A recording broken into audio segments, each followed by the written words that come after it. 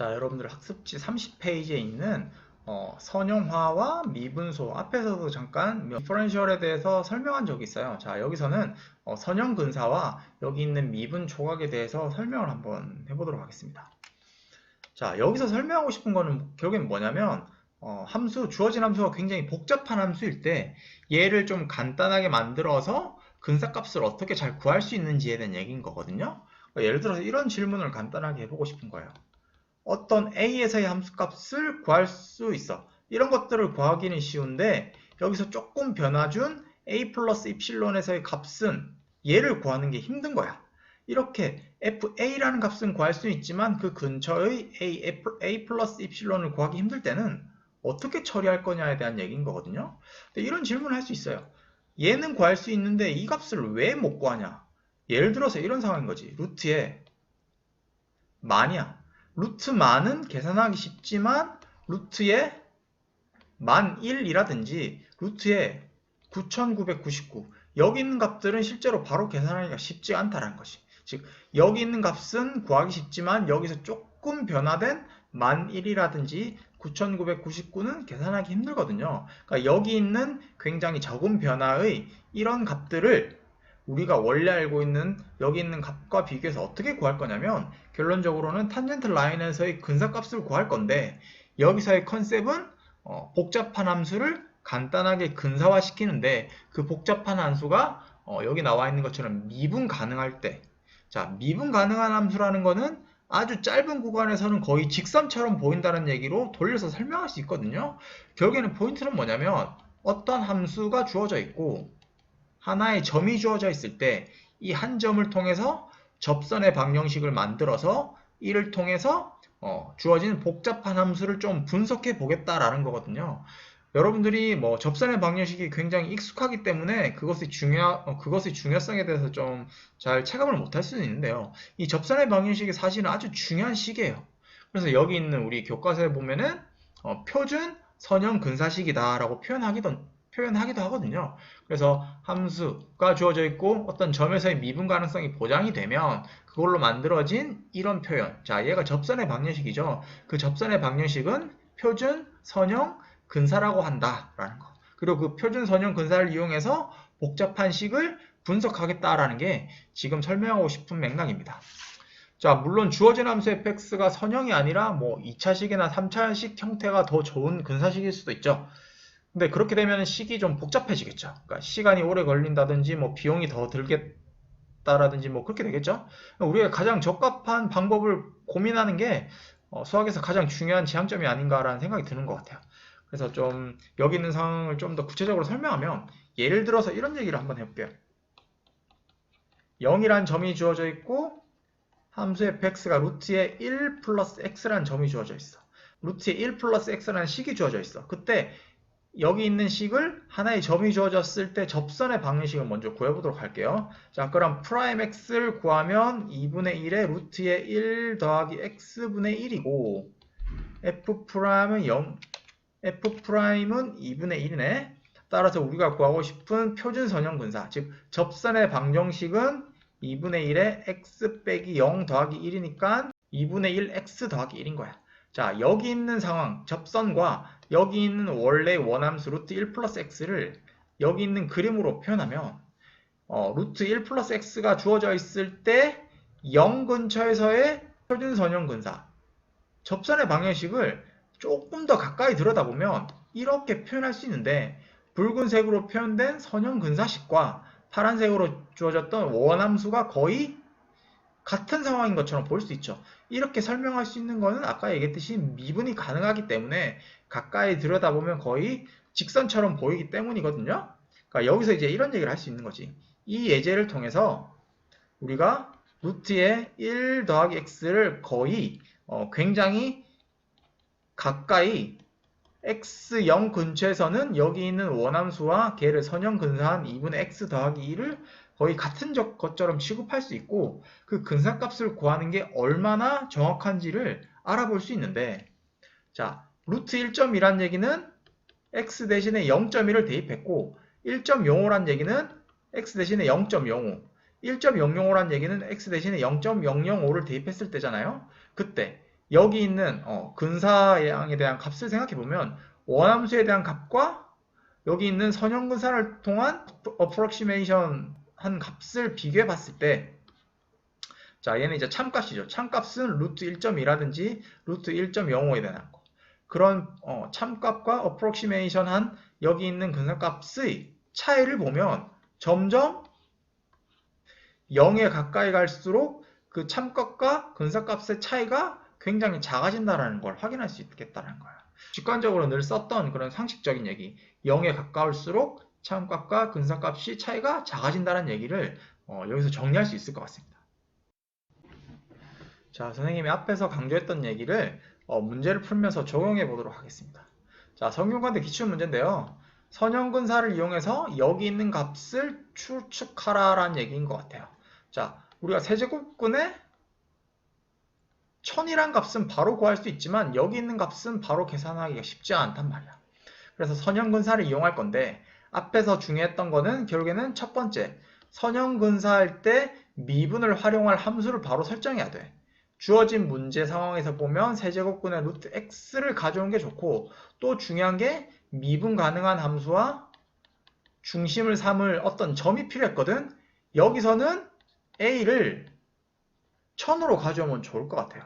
그래서 함수와 어떤 구체적 중심을 잡을 점을 가져야 되고, 그러면 여기 있는 함수를 미분해야겠죠? 자, 얘 미분하면 3분의 1에 x의 마이너스 3분의 2제곱이 될 것 같아. 그리고 f의 1000. 우리가 중심을 삼을 여기 있는 값을 구하면 10이 되고 f'의 1000을 계산하면, 자, 여기에 1000을 넣으면 값이 300분의 1이 된다는 걸 알 수 있고, 이걸 통해서 뭘 할 수 있냐면 이 점을 중심으로 접선의 방정식, 즉 표준 선형근사 LX라고 했었죠. 우리가 알고 있는 접선의 방정식이 되는 거예요. 그러면 1000 빼기 10. 그러면 이런 얘기를 할 수 있다는 거지. 무슨 얘기? 세제곱근 루트 X, 얘는 거의 선형근사시킬 수 있는데 그 값이 300분의 1의 X 빼기 1000인데, 선형근사에서 중요한 개념이 뭐라 그랬죠? 어떤 점을 중심으로 하느냐가 중요하자 그랬지. 그러니까 여기 있는 함수는 여기 있는 x가 1000인 점을 중심으로 여기 있는 표준 선형 근사식과 거의 비슷하다. 가까이 들여다보면 더 비슷하다는 얘기를 할 수 있다는 얘기인 거예요. 그래서 결론적으로 무슨 얘기를 할 수 있냐면, 우리가 구하고 싶은 1001이란 값은 여기 있는 x 대신에 1001을 넣은 거잖아요. 그래서 여기 있는 선형 근사식에도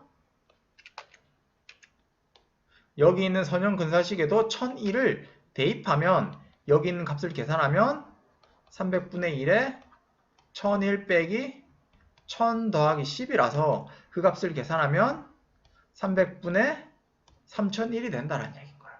그래서 결론적으로 무슨 얘기를 할 수 있어?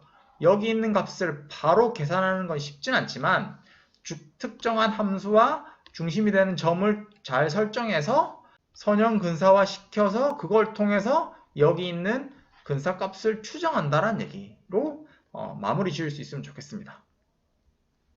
자, 이어서 여기 디퍼런셜이라고 하는 dx나 dy에 대한 얘기를 좀 더 깊게 해보겠습니다. 선생님이 4주차에 미분에 대한 설명을 하면서 dx나 여기 나와 있는 dy 각각이 하나의 덩어리로서 값을 갖는다. 얘네들을 미분소 또는 미분 조각이다 라는 얘기를 했었을 거예요.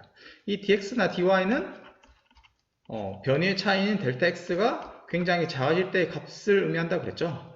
그래서 지금은 이 미분소와 미분 조각에 대한 개념을 이용해서 미분과 선형 근사와의 관계에 대해서 좀 깊게 들여다보도록 하겠습니다. 자, 결국에는 이 델타 y라는 것과 dy라는 것을 비교했었는데요. 이 델타 y라는 것은 실제 함수값의 차이였죠. 즉, 어떤 a라는 점이 있을 때 그때의 변화량을 얘기하는 거고, 이 dy라는 것은 결국에는 y 값이 아주 작은 차이가 났을 때의 값인데, 얘를 이 dy를 f'A dx 이렇게 정의하거든요. 얘가 어떤 의미를 갖는지를 좀 생각해 볼 건데, 그러니까 여기 나와 있는 것처럼 이렇게 정의한단 말이에요. 얘가 어떤 의미를 갖는지를 우리가 지금까지 배웠던 표준 선형 근사와 비교해서 좀 설명을 한번 해보도록 하겠습니다. 자, 표준 선형 근사할 때 중요했던 게 하나의 함수가 주어지고 A라는 점이 주어졌을 때 이 A라는 점에서 미분 가능이라는 조건이 더 추가되면 표준 선형 근사, 즉 우리가 익히 알고 있던 접선의 방정식을 생각할 수 있죠. 그래, 라지 LX를 A점 이렇게 표현할 수 있는데 이때 이 라지 LX에 대한 변의 차이도 생각할 수 있어요. 즉 얘는 A 더하기 델타 X, A에서 델타 X만큼 변한 그것과 이것의 차이라고 생각할 수 있죠.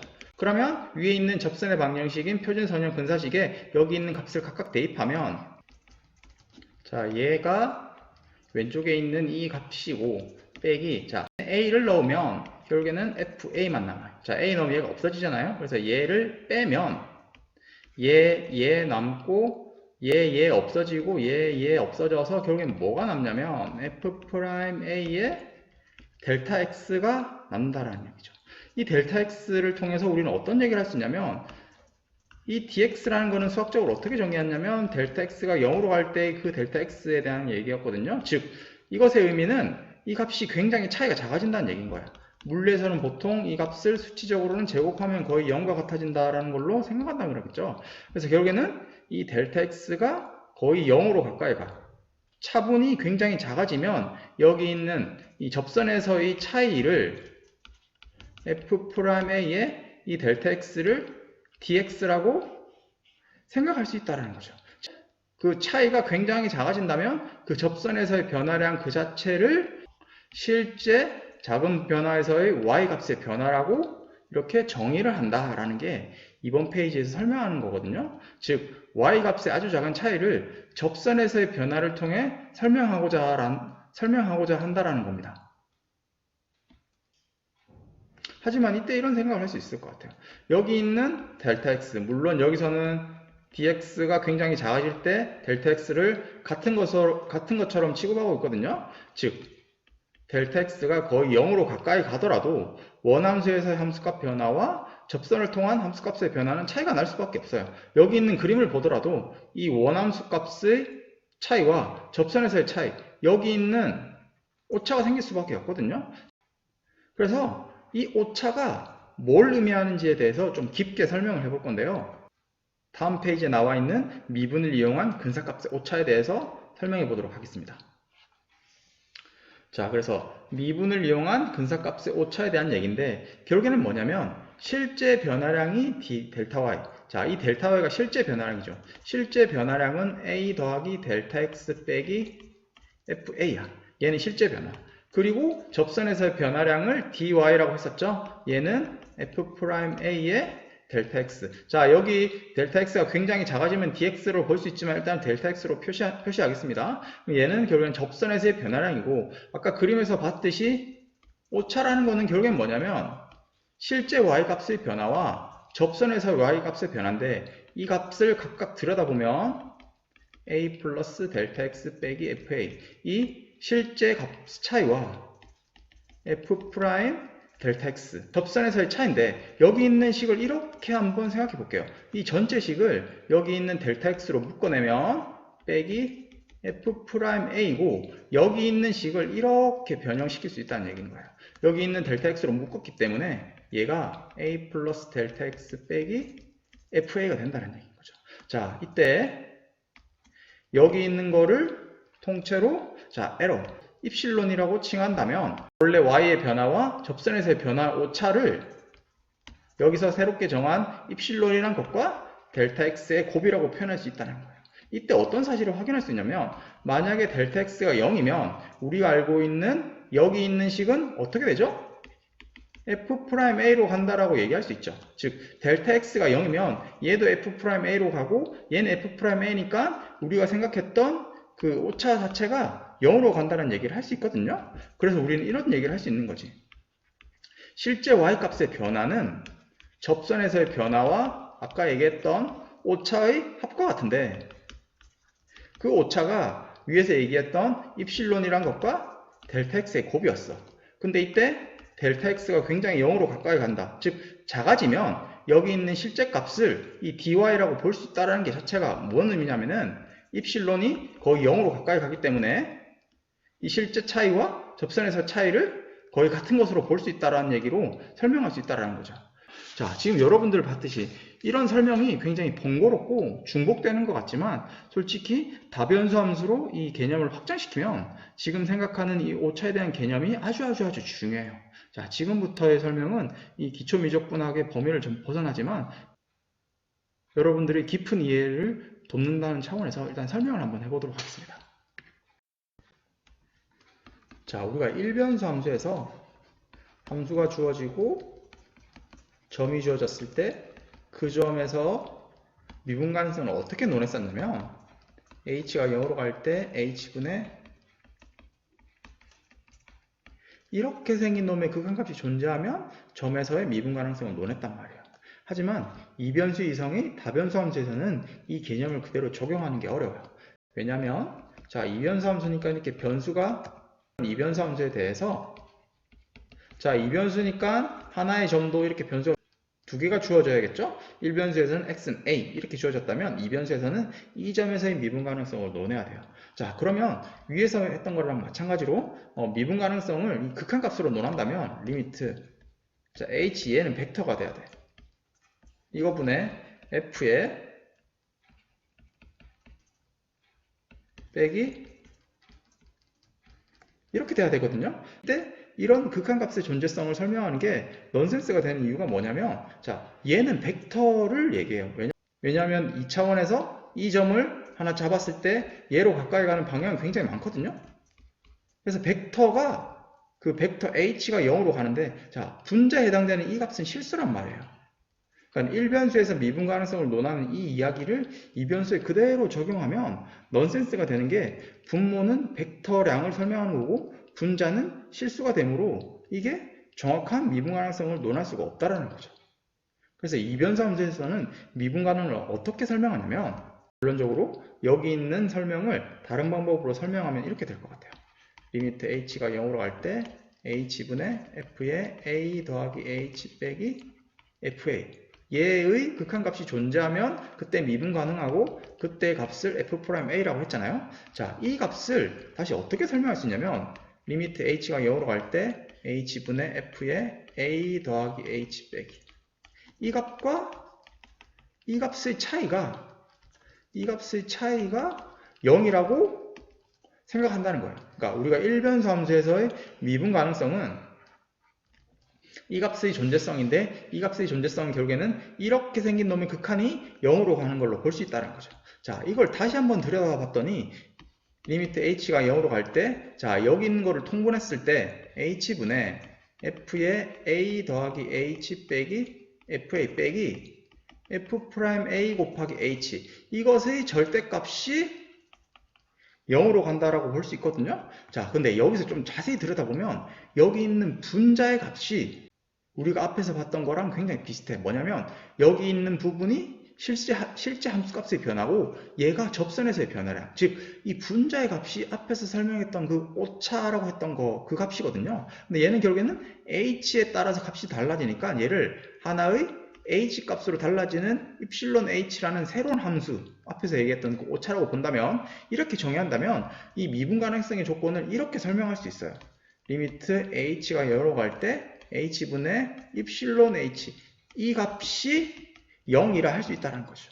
또한 이 fx가 미분 가능이기 때문에 a점에서 연속이라고 할 수 있고 이런 값이 존재한다는 얘기는 다시 리미트 h가 0으로 갈 때 이 값도 0으로 간다라고 할 수 있거든요. 즉 미분 가능성은 앞에서 얘기했던 그 오차라고 하면 실제 함수값의 차이와 접선에서 함수값의 차이 그 오차에 대한 함수를 생각했을 때 첫 번째 조건 리미트 h가 0으로 갈 때 h분의 그 오차에 해당되는 게 얘가 0으로 가고 두 번째 리미트 h가 0으로 갈 때 그 오차 자체가 0으로 가는 것인 이 입실론 h 이런 함수의 존재성으로 대치해서 설명할 수 있다라고 볼 수 있다라는 거죠.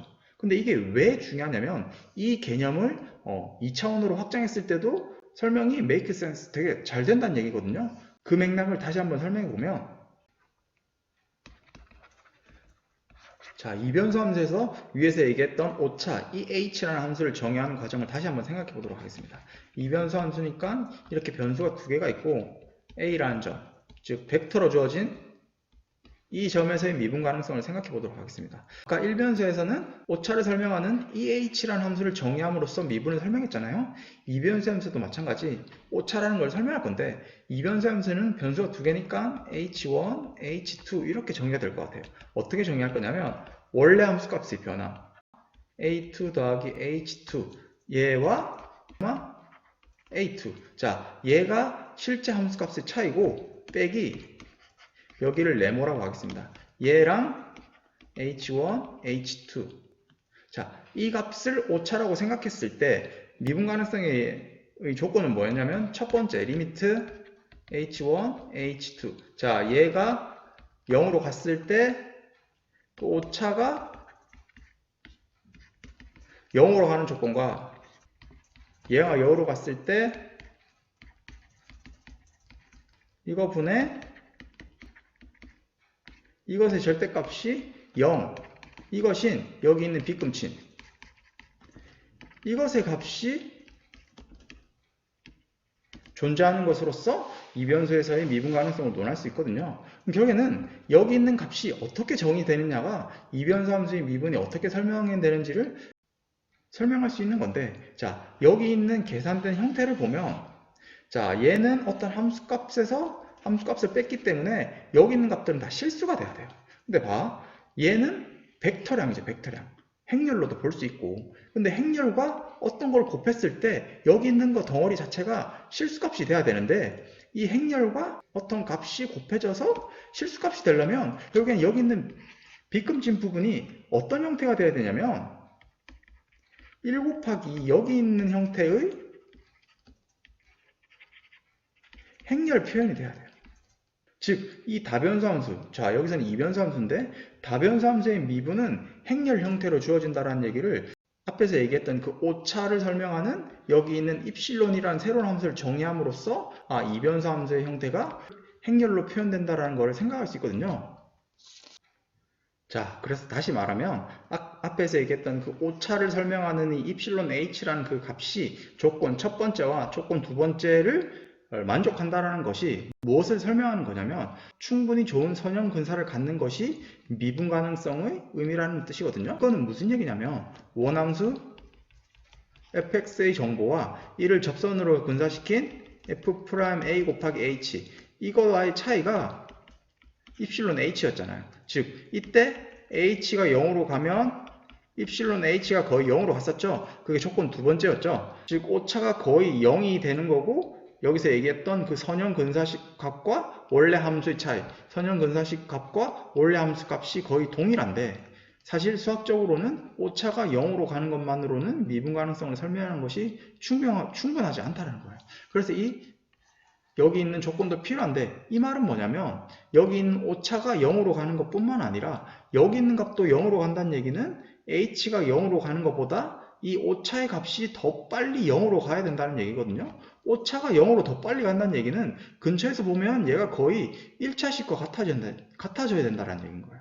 즉 아주 근접한 부분에서는 good approximation, 즉 approximation이 존재해야 미분 가능성을 설명할 수 있다는 것을 여기 있는 오차라는 개념을 통해서 설명했고요. 이 오차라는 개념을 통해서 이변수 함수에서 미분은 결국에는 이 값이 존재하는 것을 설명하는 건데 그 값이 존재하는 게 결국에는 행렬 형태로 주어지더라. 이변수 이상의 다변수 함수의 미분은 지금 주어진 것처럼 이 빗금친 부분인 값인 행렬로 표현된다는 것을 정리할 수 있으면 좋겠습니다.